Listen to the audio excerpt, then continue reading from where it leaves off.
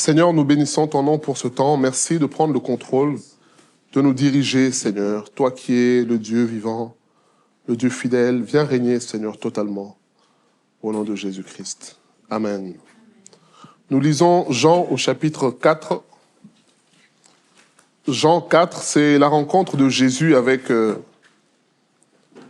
la femme samaritaine. Jean 4.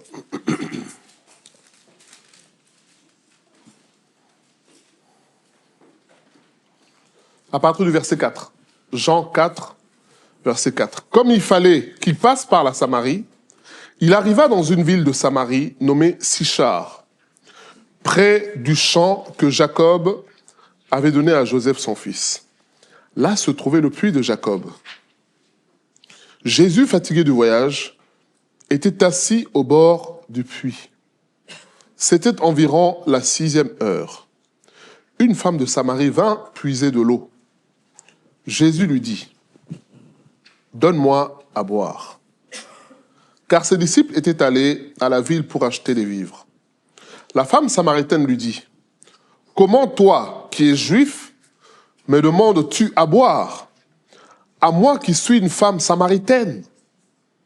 Les Juifs, en effet, n'ont pas de relation avec les Samaritains. Jésus lui répondit, « Si tu connaissais le don de Dieu, et qui est celui qui te dit, « Donne-moi à boire » tu lui aurais toi-même demandé à boire, et il t'aurait donné de l'eau vive. « Seigneur, lui dit la femme, tu n'as rien pour puiser, et le puits est profond. D'où aurais-tu donc cette eau vive? Es-tu plus grand que notre père Jacob, qui nous a donné ce puits, et qui en a bu lui-même, ainsi que ses fils et ses troupeaux? » Jésus lui répondit, « Quiconque boit de cette eau aura encore soif. Mais celui qui boira de l'eau que je lui donnerai n'aura jamais soif. Et l'eau que je lui donnerai deviendra en lui une source d'eau qui jaillira jusque dans la vie éternelle. » La femme lui dit, « Seigneur, donne-moi cette eau, afin que je n'ai plus soif et que je ne vienne plus puiser ici. » « Va, lui dit Jésus, appelle ton mari et viens ici. » On peut s'arrêter là. Alors, il y a quelque chose de curieux dans ce texte. Il y a beaucoup de choses, de toutes les façons. En ce qui concerne Jésus, il y a toujours des enseignements à tirer, mais très profonds. Alors, on nous dit que Jésus est au puits et il voit une femme qui arrive. Donc, il s'adresse à cette femme. Il dit, « Donne-moi à boire. » Donc, on est au verset 7. « Donne-moi à boire. » Et la femme lui répond au verset 9. « Comment toi qui es juif, me demandes-tu à boire, à moi qui suis une femme samaritaine ?»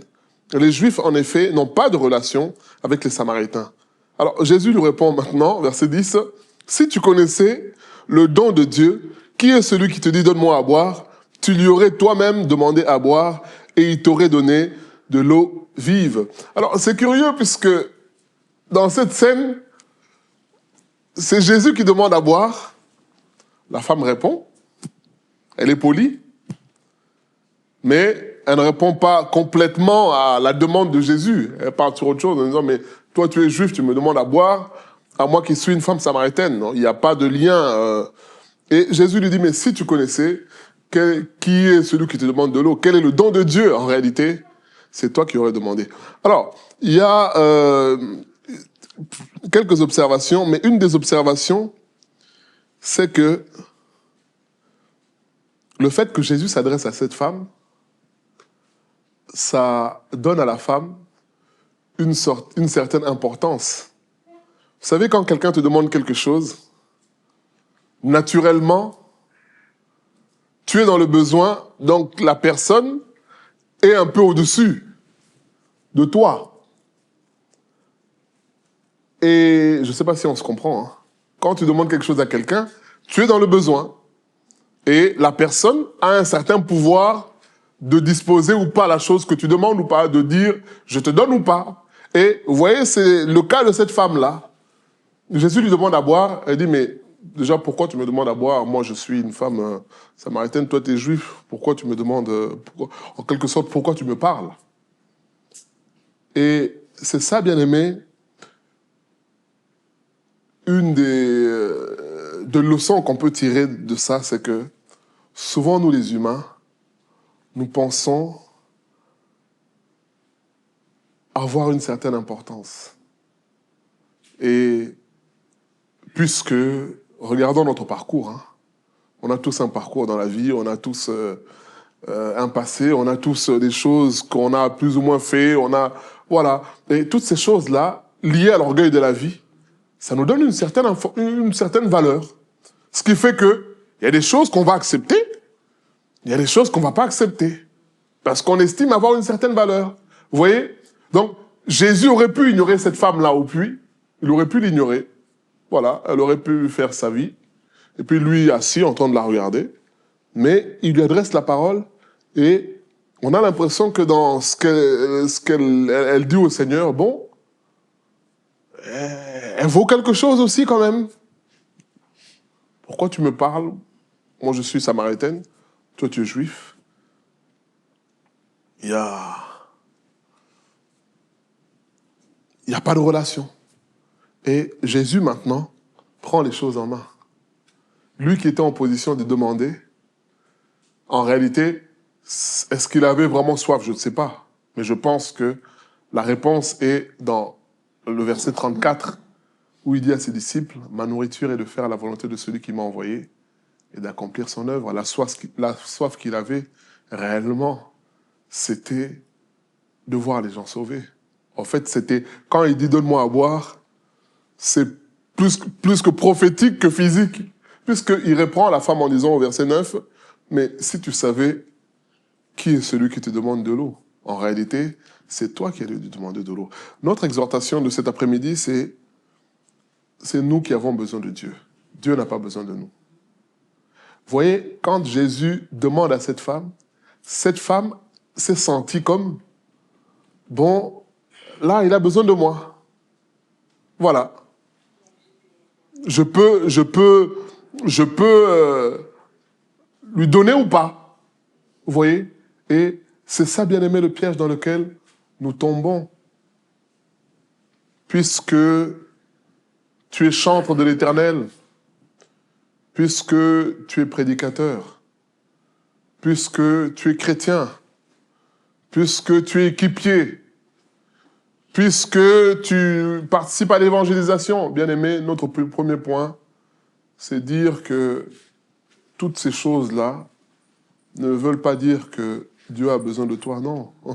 Dieu peut faire des choses sans nous.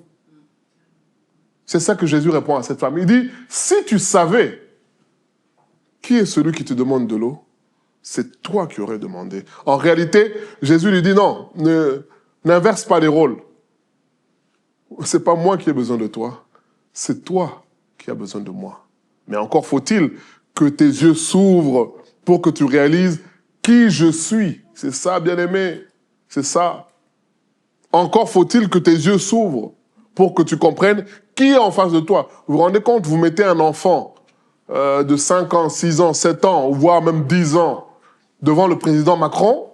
Je pense qu'il y a quelques vidéos qu'on a vues comme ça sur les réseaux sociaux, hein, où le président Macron va dans des classes, il parle avec des élèves, des enfants. Et c'est curieux puisque d'un côté, il y a le côté qui est bien de l'enfant, le côté candide, le côté innocent, où il dit tout ce qu'il pense. Je pense que certains ont déjà vu des vidéos, hein, où les enfants lui demandent, enfin les enfants, oui, ce sont des enfants. Président, vous gagnez combien? C'est quoi votre salaire? Vous voyez, les enfants ont cette liberté-là de demander ça. Voilà. Est-ce que vous êtes marié? Est-ce que vous avez des enfants? Ils ont cette liberté-là. Mais je pense que quelqu'un comme moi, je viens comme ça, vous gagnez combien? Vous avez des... Je dis, monsieur, il a un problème. Mais vous comprenez ou pas? Donc, l'enfant, le côté bien, c'est que il est libre de dire tout. Mais en même temps, est-ce qu'il réalise vraiment que celui qui est là, c'est le patron de France? Il ne le réalise pas tout à fait. C'est pour ça qu'il a cette liberté-là. Parfois, il peut même venir se moquer de ses chaussures. Il peut, voilà, se permettre des choses que... Mais celui qui sait qui est en face de lui, il n'aura pas la même attitude. Et c'est ça que Jésus est en train de dire à cette femme. Il dit, mais tu réagis comme ça, puisqu'en réalité, tu ne sais pas qui je suis. C'est pas parce que je t'ai demandé de l'eau que ma vie dépend de ce que je t'ai demandé. Non! En réalité, je peux te donner plus. C'est ça, bien-aimé. Et notre exhortation, c'est, nous n'avons pas besoin de Dieu. Dieu n'a pas besoin de nous, mais c'est nous qui avons besoin de lui. C'est ça, la réalité, bien-aimé. Il dit, si tu connaissais le don de Dieu, alors là, ta vie changerait. Et il dit que l'eau que moi je donne, ça produit une source qui ne tarit pas. C'est ça. Donc, une fois que tu goûtes à qui je suis, alors, tu ne peux plus t'en passer. C'est terminé. Tu auras besoin chaque fois d'être renouvelé par moi. C'est ça notre exhortation aujourd'hui. Beaucoup de chrétiens fonctionnent comme si Dieu avait besoin d'eux.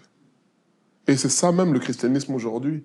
Des prédications où on encense l'homme, où on dit à l'homme que l'œuvre de Dieu ne peut pas se faire sans toi.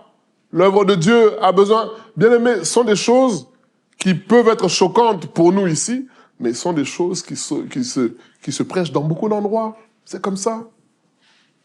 Où on met l'homme au-dessus. Mais bien-aimés, Dieu n'a pas besoin de l'homme pour agir. Lisons un verset que j'aime beaucoup, le psaume 50.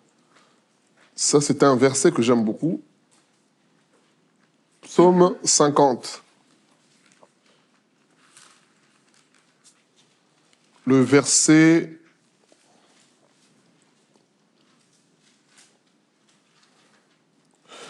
Le verset 12, mais on peut commencer au verset 1er. Mais ce qui nous intéresse, c'est le verset 12 et 13. Donc, psaume d'Asaph. Dieu l'Éternel parle et convoque la terre, depuis le soleil levant jusqu'au soleil couchant. De Sion, beauté parfaite, Dieu resplendit. Vous voyez comment on décrit Dieu. Il vient avec notre Dieu. Notre Dieu. Il ne reste pas en silence. Devant lui est un feu dévorant. Autour de lui, une violente tempête. Il crie vers les cieux en haut et vers la terre pour juger son peuple. Rassemblez-moi, mes fidèles, qui ont fait alliance avec moi par le sacrifice. Et les cieux publieront sa justice, car c'est Dieu qui est juge. Écoute mon peuple et je parlerai. Israël, je t'avertirai. Je suis Dieu, ton Dieu. Ce n'est pas pour tes sacrifices que je te fais des reproches. Tes holocaustes sont constamment devant moi. Je ne prendrai pas de taureau dans ta maison, ni de bouc dans tes bergeries, car tous les animaux des forêts sont à moi, toutes les bêtes des montagnes par milliers. Je connais tous les oiseaux des montagnes, et tout ce qui se meut dans les champs m'appartient. Si j'avais faim, verset 12, je ne te le dirais pas, car le monde est à moi et tout ce qu'il renferme. Est-ce que je mange la chair des taureaux? Est-ce que je bois le sang des boucs? Offre pour sacrifice à Dieu des actions de grâce et accomplis tes vœux envers le Très-Haut et invoque-moi au jour de la détresse. Je te délivrerai et tu me glorifieras. On peut continuer. Je voulais qu'on lise le verset 12. Dieu dit, mais si j'avais faim, Dieu parle à Israël. Il dit, écoute, je ne te reproche pas parce qu'Israël se dit, bon, peut-être que Dieu est mécontent parce que les sacrifices que nous lui offrons ne sont pas suffisants. Donc on va en faire encore plus. On va faire beaucoup de sacrifices. On va offrir beaucoup de bêtes. Comme ça va suffire pour apaiser Dieu. Et Dieu dit à Israël, il dit, mais tes sacrifices sont constamment devant moi. C'est pas pour ça que je te fais des reproches. Il dit, de toutes les façons, sache que les animaux, tous les animaux que tu m'offres là, en réalité, même ceux qui sont restés dans les champs, dans la savane, tout m'appartient. Et il dit au verset 12, si j'avais faim, je ne te le dirais pas, car le monde est à moi et tout ce qui renferme. Voilà, Dieu dit, mais même si j'avais faim, est-ce que c'est toi qui me nourrirais? Est-ce que tu penses que les taureaux que tu me donnes, les boucs, ça va suffire pour me rassasier? Bien-aimé, c'est ça, notre exhortation aujourd'hui. C'est nous dire qu'en réalité, c'est nous qui avons besoin de Dieu. Et pas l'inverse. Dieu vient à nous par amour. Vous voyez comme Jésus, il est venu parler à cette femme tout simplement parce qu'il avait un objectif. L'objectif, c'était de sauver cette femme. L'objectif, c'était d'amener à cette femme à reconnaître que le Christ était en face d'elle. C'était ça l'objectif de Jésus. L'objectif de Jésus, vous voyez que derrière, on ne nous dit pas que la femme lui a donné de l'eau. Hein. La femme ne lui a pas donné de l'eau. En fait, là, cette conversation-là, c'était une porte que Jésus a utilisée pour engager la discussion, mais aussi se révéler à cette femme. Parce qu'après, dans ce qu'on a lu, il lui dit, va me chercher ton mari. La femme dit, non, je n'ai pas de mari. Puisque celui qui est avec moi n'est pas mon mari. Jésus lui dit, en ceci, tu dis vrai. Voilà, c'est ça, bien-aimé. Mais le fait que Jésus s'intéresse à elle, c'est comme si, le fait que Jésus lui parle, c'est comme s'il s'intéressait à elle. Et finalement, bon, on devient costaud, bien-aimé. Notre exhortation aujourd'hui, c'est nous dire, est-ce que nous savons à qui nous avons affaire? Est-ce que nous savons à qui nous avons affaire? Vous savez, quand tu réalises qui est Dieu, tu comprends. Vous savez, aujourd'hui, on dit aux gens, on prêche sur la dîme, sur les offrandes, il y a des églises qui vont dire, bon, ceux qui donnent, ce sont des bâtisseurs, ce sont des... Mais bien aimé, est-ce que Dieu a besoin des humains pour bâtir son œuvre? Jésus a dit quoi à Pierre? Il a dit, bah, sur ce pierre, sur ce roc, je bâtirai mon église. Il n'a pas dit que ce sont les humains qui vont bâtir l'église. Il a dit, moi, je bâtirai mon église. C'est Jésus qui bâtit.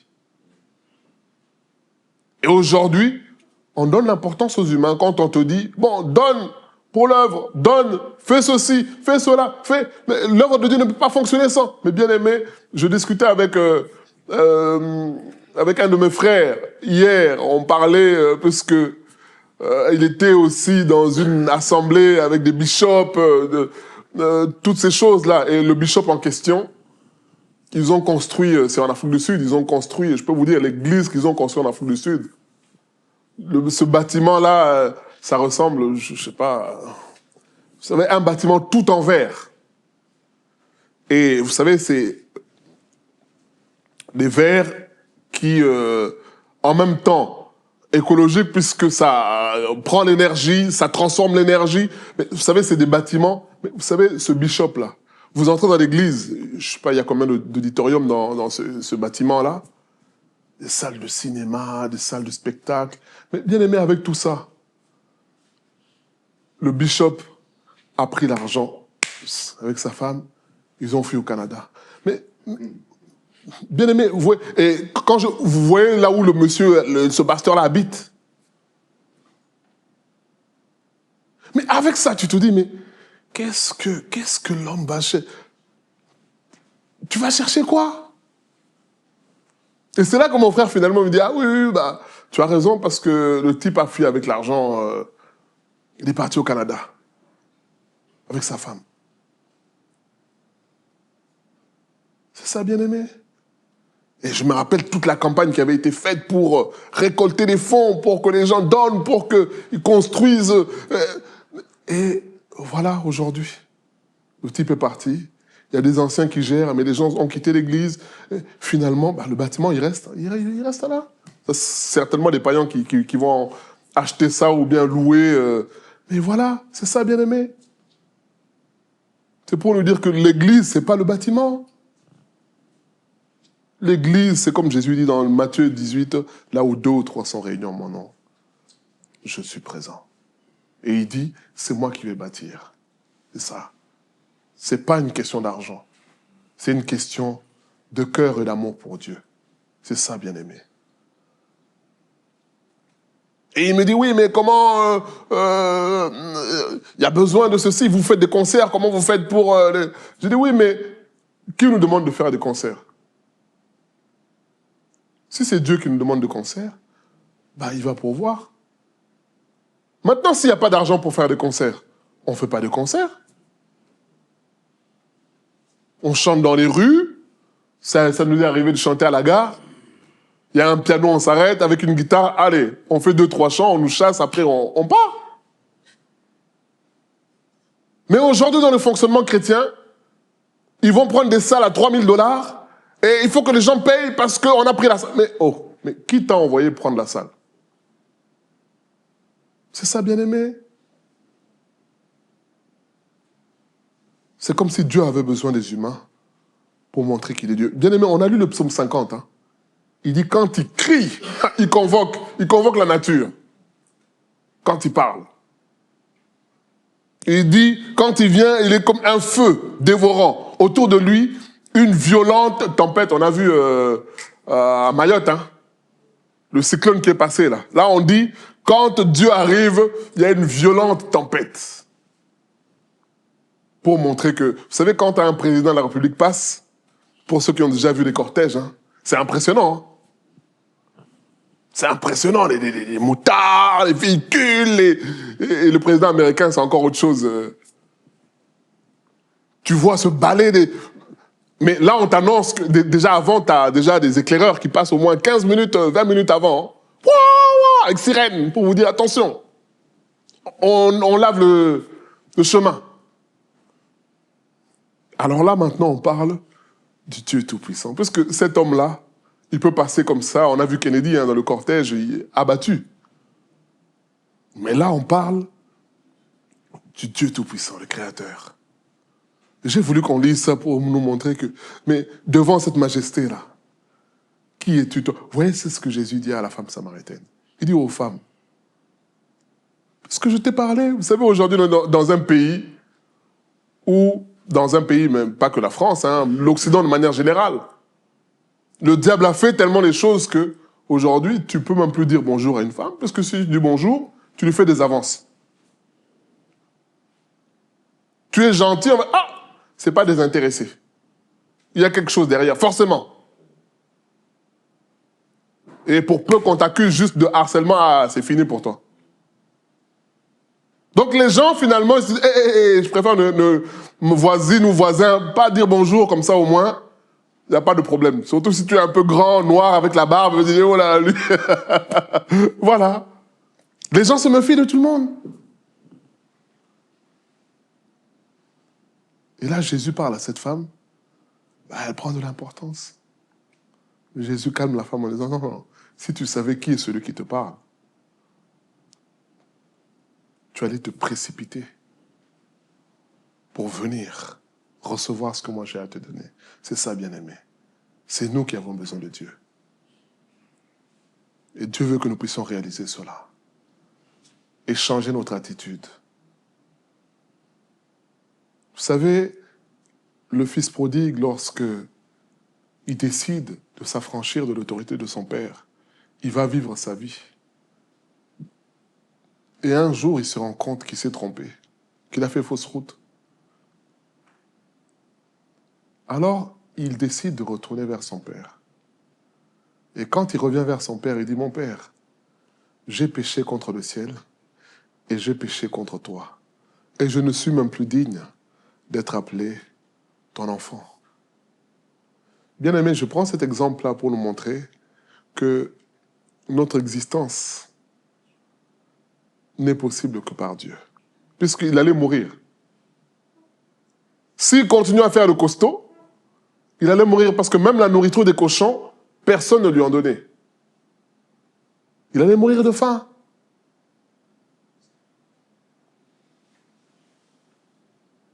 Et c'est là qu'il s'est rendu compte, il s'est rappelé, mais moi j'ai mon père. Et je souffre comme ça. J'irai vers mon père. Et bien aimé, vous voyez, je prends cet exemple-là pour nous montrer qui avait besoin de l'autre. Est-ce que c'est le père qui avait besoin du fils ou c'est le fils qui avait besoin du père? C'est le fils qui avait besoin du père. Et le père l'attendait aussi puisqu'il guettait pour voir au loin, est-ce que mon fils revient ou pas? Et le fils a fini par revenir puisqu'il s'est rendu compte qu'en réalité, Il a besoin de son Père. Je prends cet exemple-là pour nous montrer que notre existence, en réalité, n'est valable que lorsque nous dépendons de Dieu. C'est ça, bien-aimé. C'est nous qui avons besoin du Seigneur.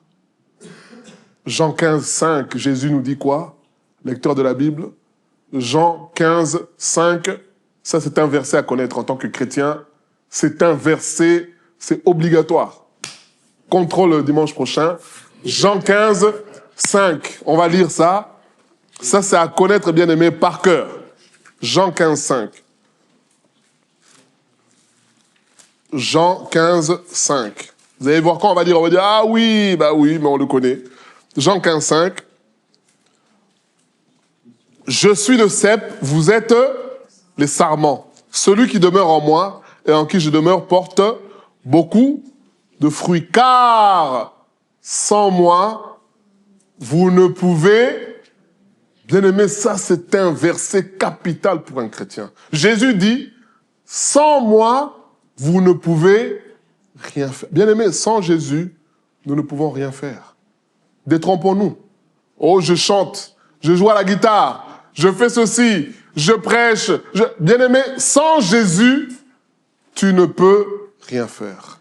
Donc, dis-toi que si tu fais quelque chose, c'est parce que c'est la grâce de Dieu. Il y a un verset, l'apôtre Paul le dit, il y en a un Corinthien, il dit, mais qu'as-tu que tu n'es? Et si tu l'as reçu, pourquoi tu fais comme si c'était toi-même qui as cherché, qui a fait... Mais tout ce que tu as là, ça vient de Dieu. Bien aimé, c'est une réalité. C'est une réalité, bien aimé. C'est nous qui avons besoin du Seigneur. C'est ça, bien aimé. Qu'on ne se trompe pas de penser, à croire que on est capable de quelque chose. Non, bien aimé.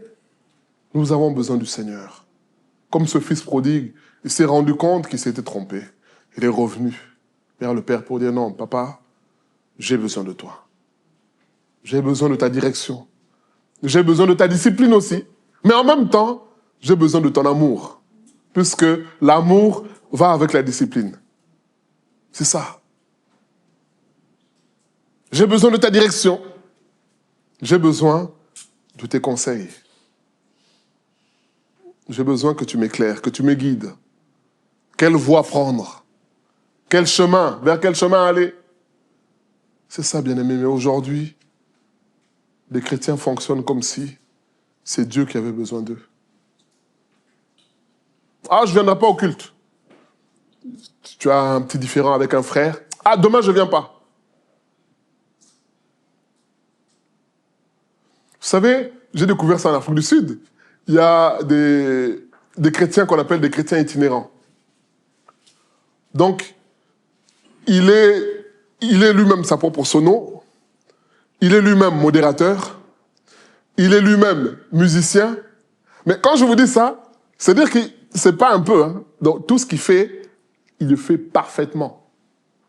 Donc, tu vois, le monsieur qui arrive, il installe sa sono, il joue au piano, il chante, il a son micro. Donc, en fait, quand il y a un séminaire ou quelque chose, bah, il anime comme ça. Et non seulement il chante, mais il te chante tous les styles. Hein. Style américain, style congolais, style... Tu dis, mais quel talent! Quel talent! Et donc, lui, son boulot, c'est... Donc, quand il y a un séminaire, ah, il y a un frère... On le paye, il vient, il fait le...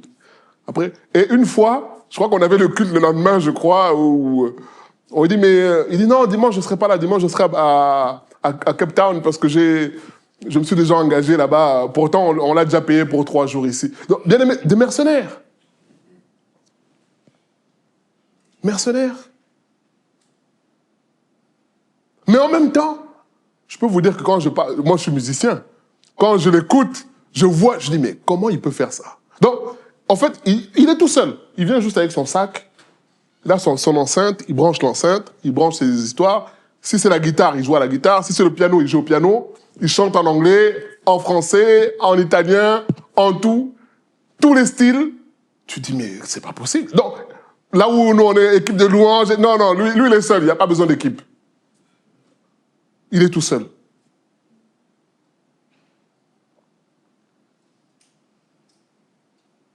Mais bien aimé, vous savez, une personne comme ça, tu discutes avec elle, mais elle se sent importante. Puisque il fixe son tarif aussi. Hein. Mais comme tu veux quelque chose de qualité, tu fais ton séminaire, il y aura des gens qui vont venir, tu veux que ça soit propre, qualité, bon, les gens s'alignent quand même, ils vont lui donner l'argent. Malgré ses caprices. Et parfois même, il va arriver 10 minutes avant le début du culte, en bon congolais. Parce qu'il y a toujours le retard de dernière minute. Mais, comme les gens ont besoin de ces gens-là, et c'est ce qu'on disait avec le pasteur Monchon, on disait, mais vous avez des frères et sœurs dans l'église ici, pourquoi vous ne les formez pas à faire la louange, au lieu de dépendre des gens comme ça? On ne sait même pas s'il est chrétien. On ne sait même pas s'il est chrétien. En fait, il a le talent. Mais peut-être qu'il n'est même pas chrétien. Mais bien aimé, c'est ça. Quand tu vois ça, tu te dis, mais est-ce que c'est nous qui avons besoin de musiciens ou c'est l'œuvre de Dieu? C'est ça, bien aimé. Mais les gens, comme ils veulent des choses qui sont bien faites, parfaites, bah, ils sont prêts à payer, au lieu de former des gens. Vous savez, il y a cet adage en français hein, qui dit « Si tu me donnes un pain ou un poisson, je le mangerai. Mais si tu m'apprends à pêcher, je n'aurai plus jamais faim. » Vous connaissez, non, l'adage? Si tu me donnes le poisson, je vais manger. Mais une fois que j'ai mangé, c'est terminé. Mais maintenant, si tu m'apprends à pêcher, ça demande du temps. Puisque pêcher, il faut aller doucement. Parfois, ça peut prendre 1 heure, 2 heures, 3 heures, 1 jour, 2 jours. Mais au moins, ce temps-là, c'est aussi le temps de formation qui permettra que demain, je puisse faire les choses. Mais comme les gens, aujourd'hui, on est une génération micro-ondes, on aime que les choses aillent vite. Hein. Tu rentres, tu mets ton plat, tac, ça chauffe, tac, tac. Pendant que tu fais autre chose, tu reviens, c'est chaud, tu manges. C'est ça la génération dans laquelle nous sommes aujourd'hui. Et ça fait que les gens veulent des choses tout faites. Malheureusement, c'est ça. Et quand je voyais ça, je disais, mais c'est triste. Limite, le monsieur qui organisait le séminaire était en train de négocier avec le... Non, mais moi, je t'ai payé pour que tu viennes... Ah, non, non, dimanche, moi, je serai à Cape Town, tout ça. Parce que l'autre a payé plus. C'est ça. Oui, mais comment on va faire... Non, il a dit, ben, écoute, nous, on est là, on va jouer, et puis... Oui, mais on ne chante pas les mêmes chants. D'ailleurs, on va se débrouiller, voilà, tout seul. Voilà. On va se débrouiller. Bien aimé, est-ce que c'est Dieu qui a besoin des humains pour faire son œuvre? Tu n'as pas besoin des humains. Moi, je préfère encore qu'il n'y ait pas de louange. On tape des mains, on chante même tonalité 10 continu ou 10, peu importe. Mais que de chanter avec le cœur plutôt que de ramener des professionnels qui sont dans le péché jusqu'au cou. Ça sert à quoi? Ça sert à quoi? Que de ramener des gens qui ont des très belles voix, mais dans le péché jusqu'au cou. Ça ne sert à rien. Puisque, après tout, la louange, Jésus dit quoi dans Jean 4, 24? Dieu est esprit. Et il faut que ceux qui l'adorent en esprit et en vérité. Dieu n'est pas humain comme... Non, il est esprit. Donc, ce n'est pas la belle voix. Attire-moi à toi. Ce n'est pas ça qui l'intéresse. Parce que tu peux avoir tout ça, mais ne pas être en accord avec lui. Et il dit que la prière du juste est efficace. Mais celle de l'insensé est une abomination. L'insensé, c'est celui qui est dans le péché, mais qui n'est même pas dans l'attitude de repentance. Il estime que, bon, ouais, comme c'est l'exemple de cette personne-là, il sait que dans les milieux chrétiens en Afrique du Sud, tout le monde a besoin de moi, les gens se disputent pour m'avoir. Donc, c'est devenu son business puisqu'il fait payer. C'est son travail. Alors, oser dire à la personne, il ne faut pas faire payer. Alors là, il peut te gifler. Hein. Il peut te gifler. Il va lui dire, non, on fait des concerts gratuits, on fait des choses produites gratuitement. Il va dire, mais vous êtes malade, vous. C'est ça, bien-aimé. Des gens fonctionnent comme si c'est Dieu qui a besoin d'eux. Bien maintenant, c'est nous qui avons besoin du Seigneur. Réalisons qui est Dieu. Lorsqu'on réalise qui est Dieu, alors on pourra lui exposer nos besoins. Vous voyez, c'est ce que Jésus dit à cette femme.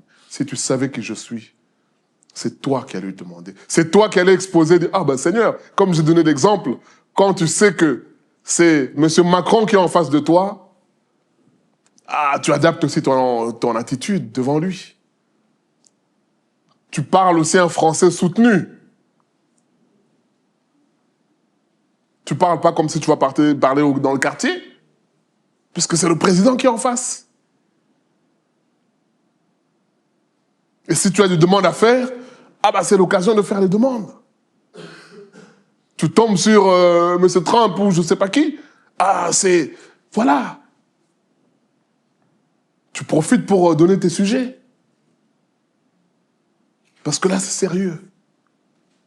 Mais l'enfant, lui, il va être devant Trump. Il va dire, monsieur, il a des cheveux blancs. Voilà, c'est tout. Il va jouer un peu avec la cravate et puis c'est tout, il va partir. Mais celui qui sait qui est en face de lui, il va apporter aussi des sujets. Dire, Seigneur, voici les besoins. Seigneur, voilà, nous avons besoin de toi. Seigneur, tu as dit dans Jean 15, 5, sans toi, nous ne pouvons rien faire. C'est ça, bien-aimé. Mais beaucoup se comportent comme si c'est Dieu qui avait besoin d'eux, bien-aimés. Sachant que, avec ou sans nous, Dieu fera son œuvre. Si Dieu nous fait participer à son œuvre, c'est parce qu'il nous aime. C'est ça, bien-aimé. C'est sa grâce. C'est la grâce de Dieu. Alors, comment la grâce? Ça, on ne sait pas. Ça, il n'y a que lui-même qui sait. Vous savez, dans Matthieu 13, on nous parle de la semence qui est tombée sur la bonne terre. Un a produit 100, l'autre a produit 30, l'autre a produit... Mais c'est la même terre. Va comprendre pourquoi l'autre 100, l'autre... Mais ça, c'est à la discrétion de Dieu. C'est la grâce de Dieu. Voilà. Pourquoi l'autre chante comme si? Pourquoi l'autre a des facilités là? Pourquoi l'autre a l'oreille? Ça, c'est la grâce de Dieu. Toi qui as l'oreille, ne te dis pas, c'est parce que moi Non. C'est la grâce. Toi qui as du mal avec le rythme, à quel moment glorifie Dieu puisque les autres ont le rythme. C'est la grâce, bien-aimé. C'est la grâce de Dieu. Et dans tout ça, réalisons que nous avons besoin de Dieu. On parlait avec un bien-aimé tout à l'heure, dans la voiture. On disait, il y a des gens qui ont 80 ans, mais ils sont en forme. Et à côté de ça, tu vas voir quelqu'un qui a 57 ans, diagnostic Alzheimer. Pourtant, peut-être même que celui qui a 57 ans, il est hyper sportif. Hygiène alimentaire, tout ça, nickel. Et l'autre qui a 70 ans, qui est dans l'alcool, dans ceci, il est super en bonne santé. Comment? Oui, mais c'est... Voilà, c'est la grâce de Dieu. On ne sait pas. On ne sait pas pourquoi. Dieu a choisi les choses comme ça. Et c'est ça notre exhortation aujourd'hui, bien-aimés, nous dire que c'est nous qui avons besoin de Dieu. Et lorsque nous réalisons qui est le Seigneur, alors n'ayons pas peur de lui dire les choses. N'ayons pas peur de demander les choses. Ne venons pas chercher à impressionner Dieu, comme Psaume 50 dit, personne ne peut l'impressionner, tout est à lui. Mais venons en disant, Seigneur, j'ai besoin de toi. Nous allons prier au nom de Jésus-Christ. Seigneur, nous prions pour que tu nous aides à réaliser que c'est nous qui avons besoin de toi, Seigneur. Tu vois, toutes les fois où nous nous comportons comme si tu avais besoin de nous, Seigneur, nous te demandons pardon, Seigneur, pour cela. Pardonne-nous pour toutes les fois où nous avons pensé que nous étions indispensables, Seigneur. Pardonne-nous pour toutes les fois où nous avons pensé que nous étions, Seigneur, nous avions de valeur, Seigneur, au point que tu ne puisses te passer de nous, Seigneur. Seigneur, merci pour ce rappel qui nous dit, Seigneur, que c'est nous qui avons besoin de toi, Seigneur. Tu Tu t'es révélé à nous dans ton amour. Tu nous as sauvés dans ton amour. Tu nous utilises, Seigneur, à ton service dans ton amour, à cause de Jésus-Christ. Et nous voulons rester, Seigneur, dans cette, Seigneur, vérité, Seigneur, au nom de Jésus. Ramène-nous à l'humilité, Seigneur, à réaliser que c'est nous qui avons besoin de toi, Seigneur. Quelquefois, nous pensons connaître, nous pensons savoir des choses. Nous pensons être intelligents, Seigneur. Mais l'intelligence nous vient d'où, Seigneur? C'est toi qui nous la donnes. Nous pensons être forts, mais la force nous vient d'où? C'est toi qui nous la donnes, Seigneur. La santé nous vient de toi, Seigneur. Notre existence, ce fils prodigue qui pensait pouvoir s'assumer tout seul, être indépendant, il s'est rendu compte à ses dépens, Seigneur, qu'il avait besoin de son Père, Seigneur. Et nous prions pour que tu nous aides à réaliser, Seigneur, que nous avons besoin de toi. Au nom de Jésus, à toi la gloire au siècle des siècles. Amen. Gloire à Dieu.